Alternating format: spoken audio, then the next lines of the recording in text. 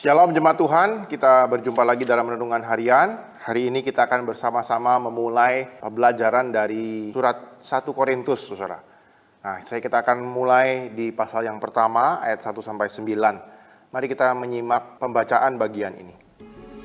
Dari Paulus, yang oleh kehendak Allah dipanggil menjadi Rasul Kristus Yesus, dan dari Sostenes, saudara kita, kepada jemaat Allah di Korintus, yaitu mereka yang dikuduskan dalam Kristus Yesus dan yang dipanggil menjadi orang-orang kudus, dengan semua orang di segala tempat yang berseru kepada nama Tuhan kita Yesus Kristus, yaitu Tuhan mereka dan Tuhan kita.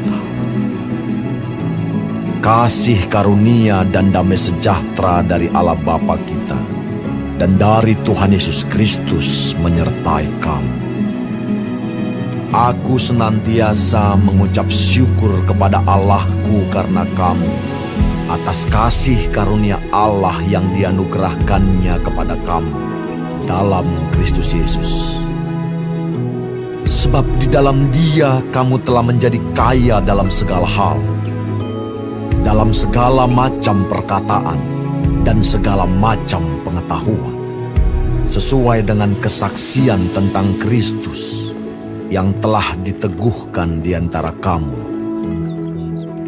Demikianlah kamu tidak kekurangan dalam suatu karunia pun, sementara kamu menantikan penyataan Tuhan kita Yesus Kristus.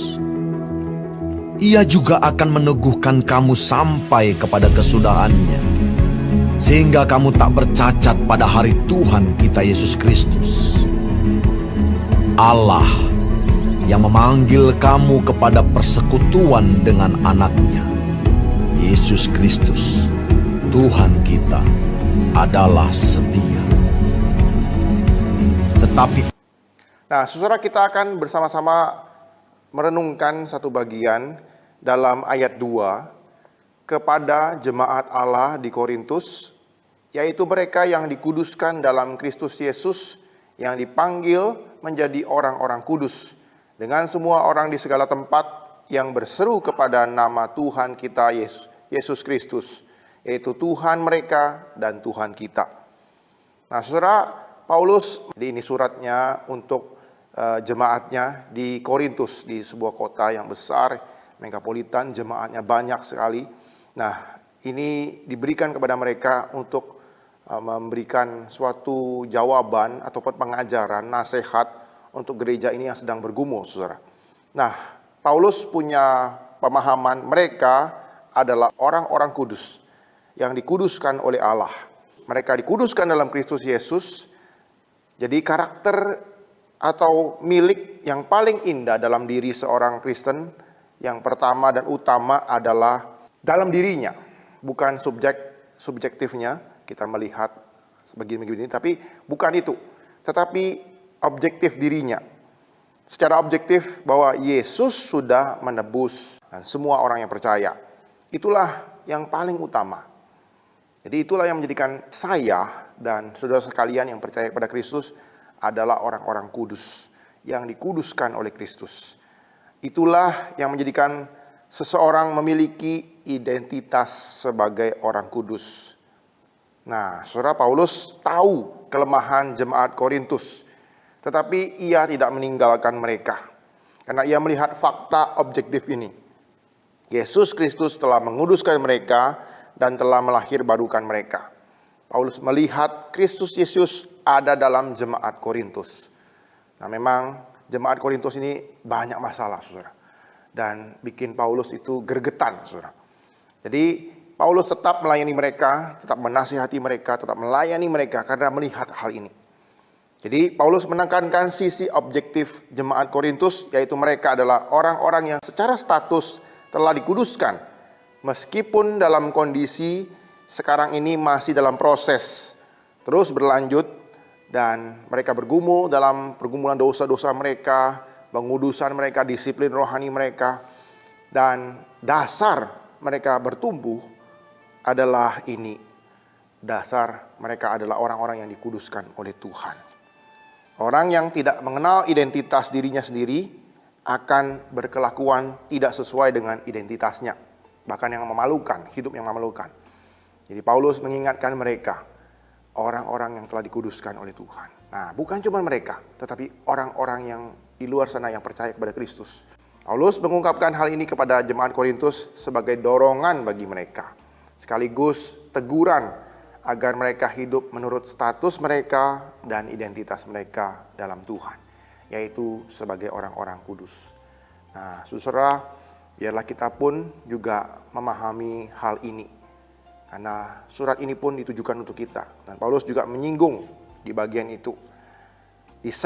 Semua orang yang di segala tempat adalah orang-orang kudus yang percaya kepada Kristus, yang berseru kepada nama Tuhan kita Yesus Kristus, Tuhan mereka dan Tuhan kita. Jadi ia menyinggung juga kita, saudara, yang percaya kepadanya, yang memanggil Kristus Tuhan. Kita diingatkan kembali di sini bahwa kita juga adalah orang-orang yang telah dikuduskan oleh Kristus. Kita orang-orang kudus.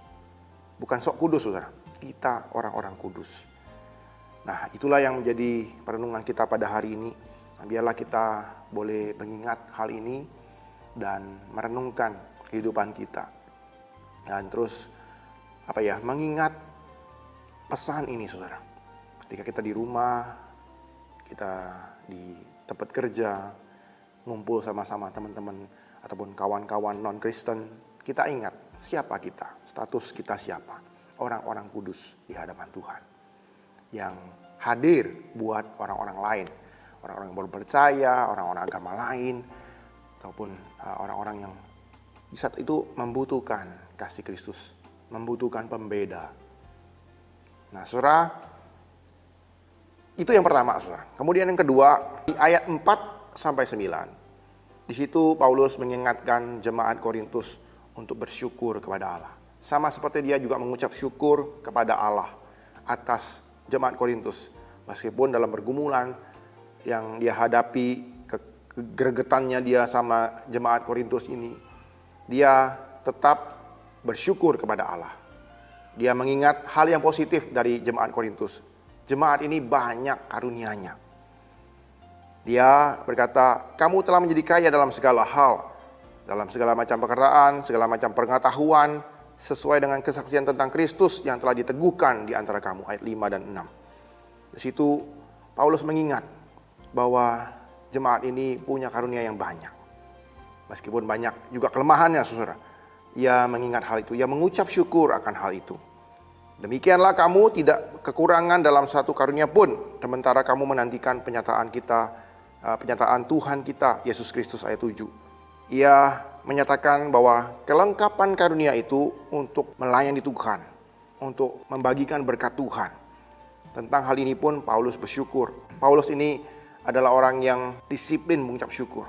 Ia menghitung anugerah Tuhan satu persatu dan detail, saudara. Orang yang belajar mengucap syukur pasti bahagia hidupnya. Beda dengan orang yang bisanya mengeluh, hidupnya tidak akan bahagia. Ia tidak akan jeli melihat anugerah Tuhan. Nah, seringkali kita juga mengucap syukur itu jarang-jarang ya. Kadang-kadang cuma seminggu sekali di gereja diajak bersama-sama mengucap syukur. Itu pun secara umum. Tetapi kalau minta itu detail. 1, 2, 3, 4, 5, 6. Banyak daftarnya. Sangat detail dan rinci. Nah, saudara, kita perlu belajar dari Paulus, mengucap syukur dan menghitung berkat Tuhan satu persatu. Ia tidak mengucap syukur secara umum ataupun borongan sekaligus gitu. Enggak, ia mengucap syukur hari demi hari. Ayat 8 dikatakan, ia juga akan meneguhkan kamu sampai kesudahannya sehingga kamu tak bercacat pada hari Tuhan kita Yesus Kristus. Paulus percaya bahwa Tuhanlah yang menyempurnakan jemaat Korintus. Keyakinan seperti ini menjadi kekuatan dalam kehidupan pelayanannya. Tuhanlah yang bekerja dan Tuhan pasti menggenapkan janjinya dan rencananya pada waktunya. Keyakinannya ini kepada jemaat ini sangat kokoh, saudara. Itu dijelaskan dalam surat-surat yang lain, dalam Filipi, Efesus, 1 Tesalonika. Karena sekalipun jemaat Korintus masih jauh dari sempurna, Paulus melihat mereka dari sudut pandang kekekalan, yaitu pada hari Tuhan, ketika mereka pada akhirnya dinyatakan tak bercacat di hadapannya. Karena apa? Karena ayat 9. Allah yang memanggil kamu pada persekutuan dengan anaknya, Kristus Yesus Tuhan kita adalah setia. Jadi ini dasarnya, Tuhan kita setia. Tuhan yang mendebus kita, Tuhan yang berproses dalam kehidupan kita, mendewasakan kita, lewat hamba-hambanya, lewat gerejanya, adalah Allah yang setia. Ia sabar kepada anak-anaknya ini, termasuk saya dan juga Bapak Ibu Saudara. Biarlah ini boleh menjadi kekuatan kita. Allah yang setia itu pengharapan bagi kita untuk mengikut Dia dan beribadah, menyembah kepada Dia dalam setiap kehidupan kita. Amin.